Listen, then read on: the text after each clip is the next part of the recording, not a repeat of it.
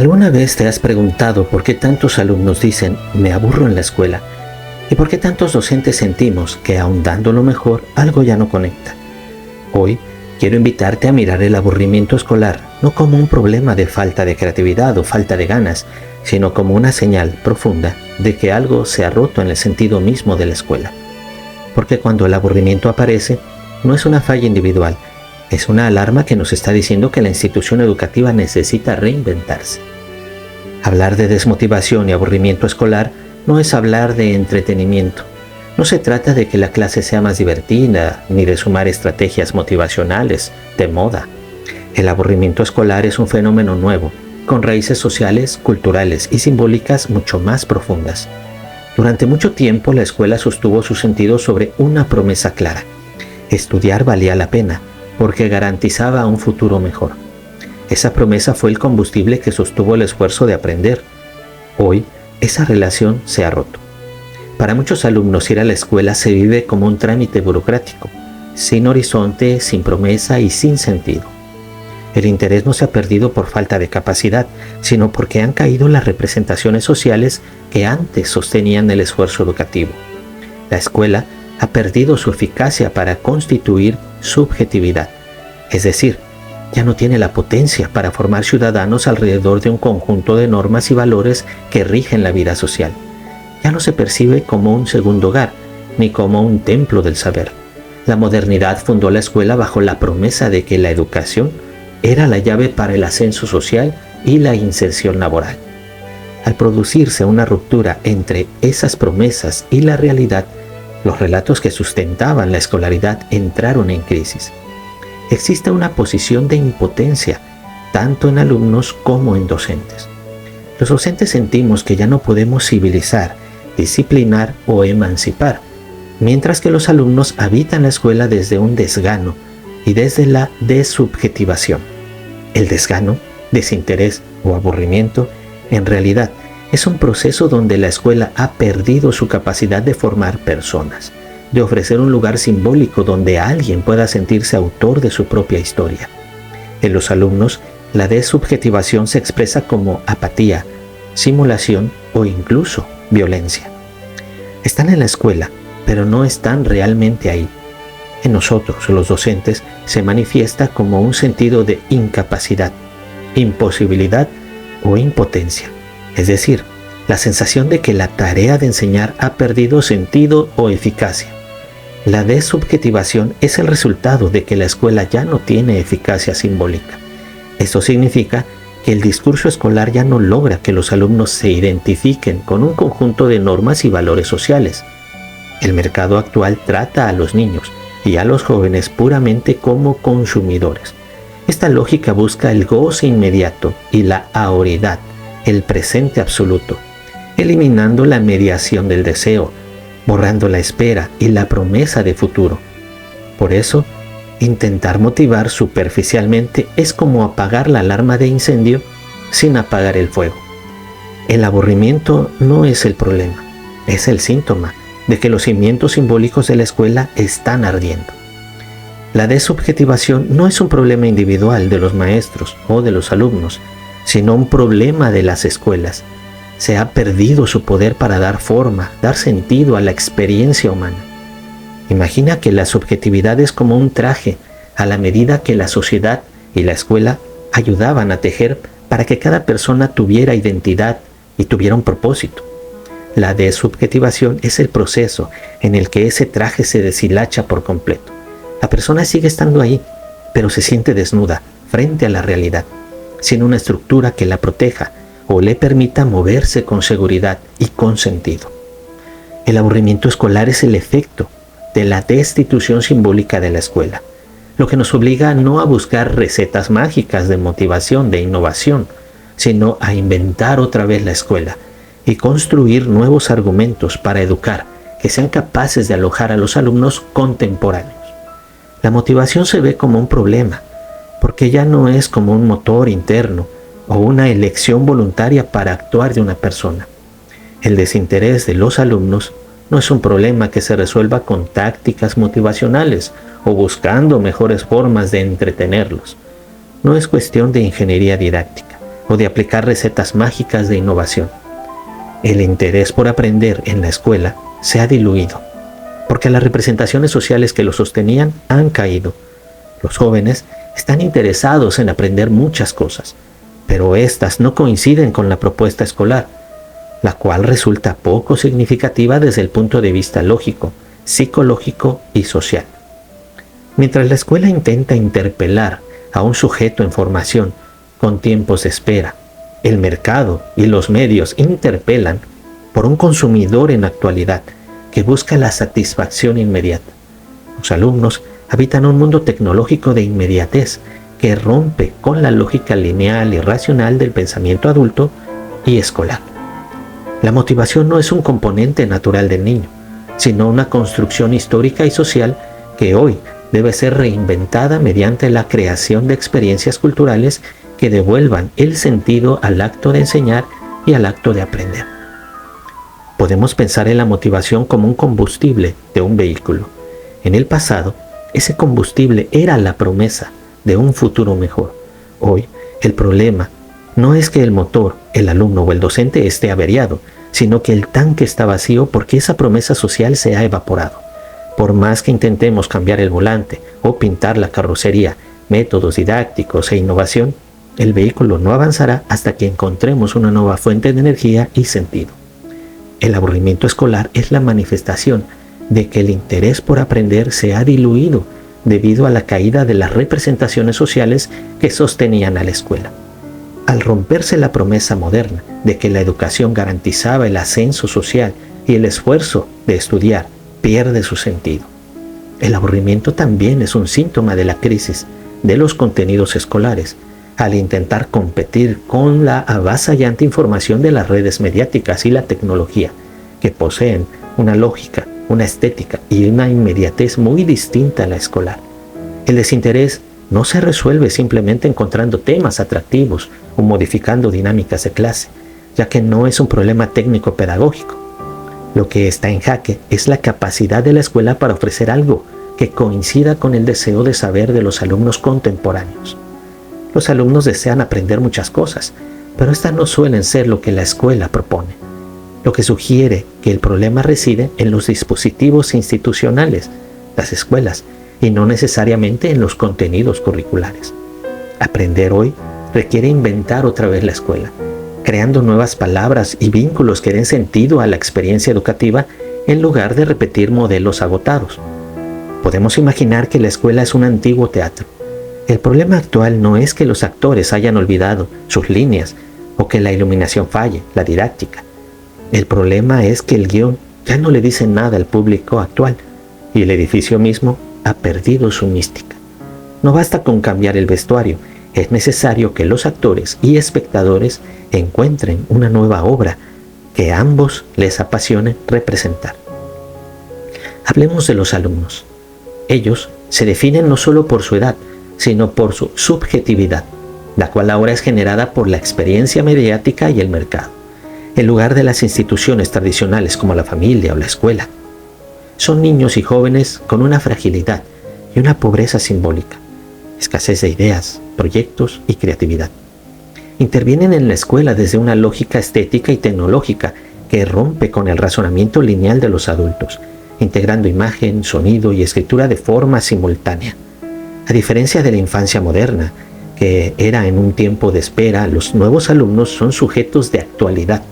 Son consumidores que buscan el goce inmediato, el llame ya, lo que choca con la respuesta y la propuesta escolar de postergación y esfuerzo para un futuro que no se percibe como una promesa de ascenso social. Muchos alumnos intervienen en la escuela a través de la simulación. Asisten y cumplen el horario, pero sin trabajar, presentándose inútiles, careciendo de un interés real con lo educativo. Deambulan por la escuela sin estar realmente ahí, pues ésta no ha logrado formar una huella en ellos. En casos extremos, la intervención de algunos alumnos se manifiesta con una resistencia a ser educados, que no tiene argumentos, sino que estalla en actos de violencia. Estos actos son destructivos y autodestructivos, resultado de una falta de adecuación a las reglas básicas de convivencia. Los jóvenes están inventando un nuevo mundo donde la tecnología es el soporte de sus vínculos afectivos y producciones culturales, ideando escrituras y palabras propias para designar sus relaciones, las cuales frecuentemente resultan desconcertantes para nosotros, los docentes. Hoy, los alumnos no son solo sujetos dóciles de la modernidad, son jóvenes atravesados por la tecnología, la imagen, el sonido y la simultaneidad. Habitan un océano de información infinita, pero con poca profundidad. La escuela, en cambio, sigue invitándolos a bucear lentamente en aguas profundas y controladas, el conocimiento académico lineal. Pero ellos prefieren desplazarse rápidamente por la superficie, saltando de una ola a otra, la inmediatez mediática, lo que hace que el esfuerzo de profundizar les resulte ajeno y aburrido. La escuela se encuentra atrapada en una disyuntiva feroz: o se vuelve puramente utilitaria, funcional al mercado, o intenta convertirse en espectáculo para no aburrir. Se exige que la escuela sea útil en un sentido netamente instrumental y funcional al mercado. Bajo esa visión, la educación se reduce a una ingeniería didáctica encargada de proveer mano de obra calificada, juzgando los contenidos solo por su aplicación inmediata en el mundo del trabajo. En este escenario, la escuela se siente obligada a ser atractiva, divertida e interesante, para captar la atención de alumnos que están acostumbrados a la estética audiovisual y a los efectos especiales. El mercado y los medios no interpelan a los jóvenes como sujetos políticos o ciudadanos, sino consumidores de autoridad que buscan la satisfacción inmediata.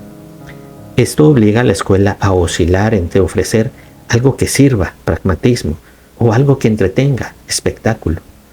El discurso neoconservador intenta tecnificar la educación, borrando la cultura y convirtiéndola en un trámite burocrático. Al hacerlo, se aquieta el deseo de saber, ya que los conocimientos se presentan como currículos vacíos de significado social, y no como un legado o un don entre generaciones.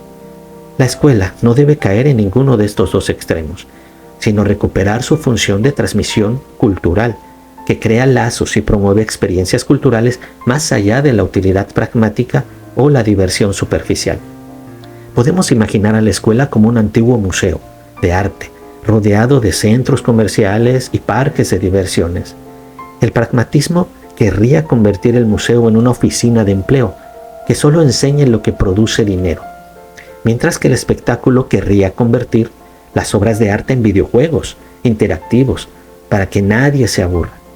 En medio de ambos, el museo corre el riesgo de olvidar que su verdadera misión es simplemente permitir que las personas se encuentren con la belleza y la historia de la cultura humana. La salida no está en elegir entre utilidad o diversión, sino en recuperar la escuela como experiencia cultural compartida, como espacio de subjetivación, donde aprender vuelva a tener sentido. Esto implica transformar el aula en una tercera zona, como diría Winnicott, un espacio simbólico donde el deseo del alumno se encuentra con el legado de la cultura. No se trata de repetir contenidos, sino de habitarlos, jugar con ellos, recrearlos.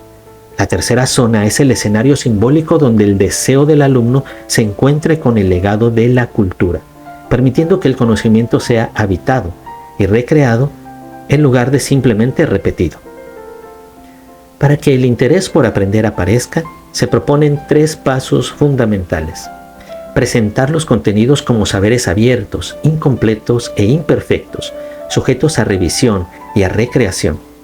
Los docentes debemos dominar el conocimiento con profundidad para mostrar sus orígenes, los misterios que intentó resolver y su contexto de producción.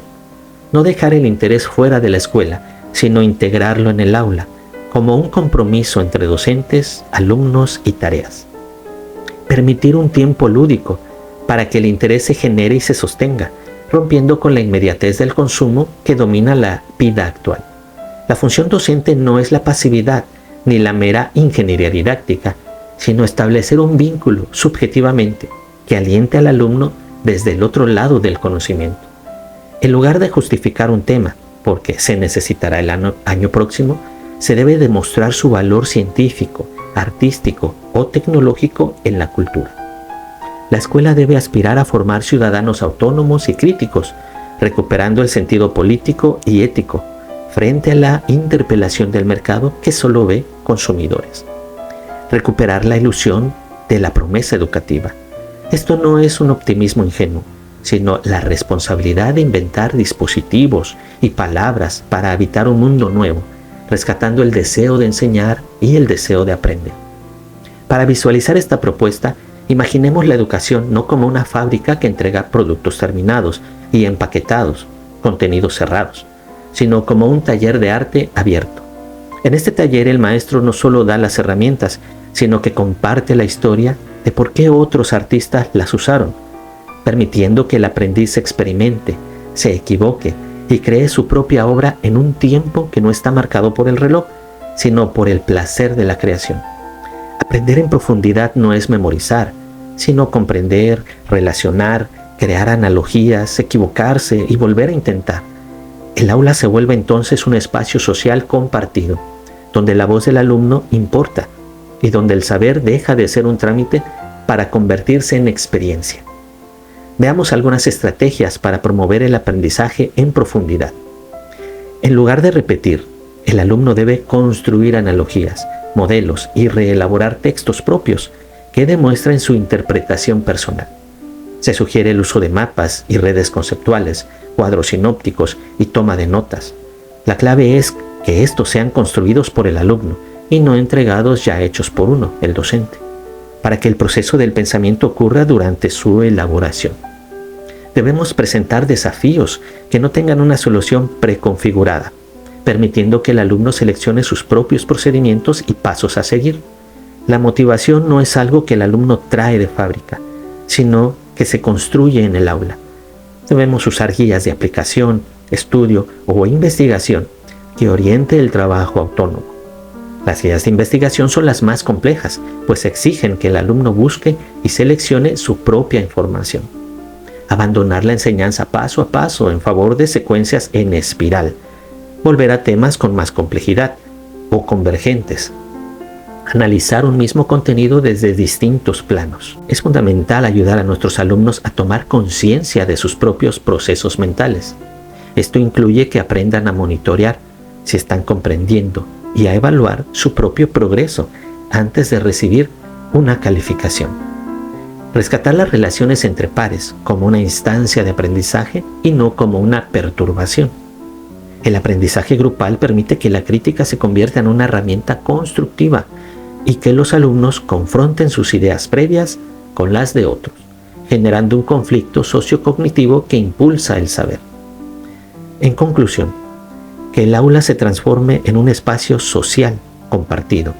En este lugar, la motivación surge cuando el contenido deja de ser un dato burocrático y se convierte en una experiencia cultural, donde el alumno tiene voz y capacidad de intervención. El aburrimiento escolar no se combate con recetas rápidas ni con estrategias compradas en el mercado educativo.